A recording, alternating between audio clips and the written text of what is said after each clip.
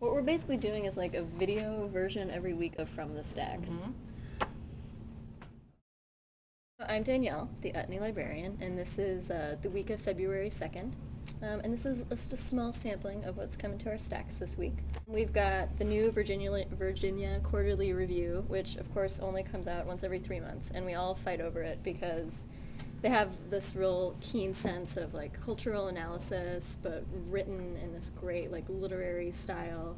And they understand the value of really amazing photography. They've got a package sort of celebrating, or well, rather commemorating, the 50th anniversary of the Cuban Revolution, including this really sort of bold piece about the mental health crisis in Cuba, and sort of like what I think they call it the mass sedation of the country, with a lot of really disturbing statistics about how many people are on anti-anxiety meds, medication to help them sleep, things like that. Next up is the Creative Review, which is this really kind of wonky but beautiful and awesome graphic design magazine from the UK, which is funny, it means we usually get it a little bit late, but it's all right.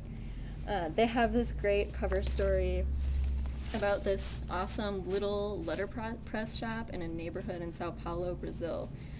You can see these guys operating this German letterpress machine from 1929 that they've kept running, they've kept it in good shape, and it produces these posters that they say are the lambe lambe style, which means lick lick, because they print them on this paper that you just brush it with a little bit of water and it sticks to anything.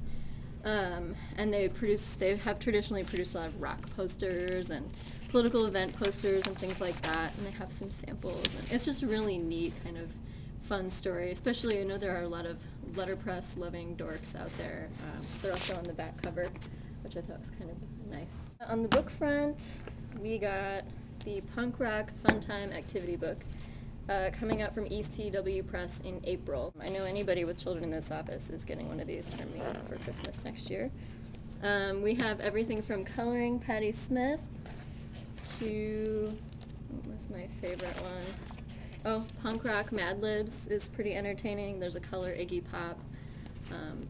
Flashbacks may occur while filling out this activity book, but give it a try anyway. The second edition of this awesome little guide, Make a Zine, just came out on Microcosm, and they're sort of a zine publisher. They've sort of taken the process of editing and publishing zines and professionalized it a little bit.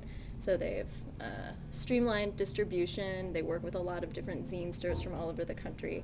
And they've put together, Joe Beal, who runs Microcosm, and another guy, Bill Brent, have put together this great little book that tells you anything that you could possibly ever need to know about making a zine. I particularly like they talk to a lot of other zine stores in putting together this guide and round up a lot of tips, and I really like a lot of the things they say about mail, something a lot of people don't think of when they put zines together. The post office policies are often changing, and I think their best piece of advice is make friends with somebody at your post office, learn to love them, make them want to tell you every little thing that's going on. A good friend at the post office can be a zine store's best weapon.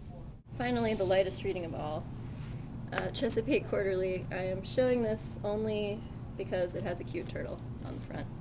And there are some cute turtles inside as well. This is published by the Maryland Sea Grant College. It's actually really more of a newsletter, but it's just filled with tiny turtles, and you should check it out. I don't know what to do now. Well done.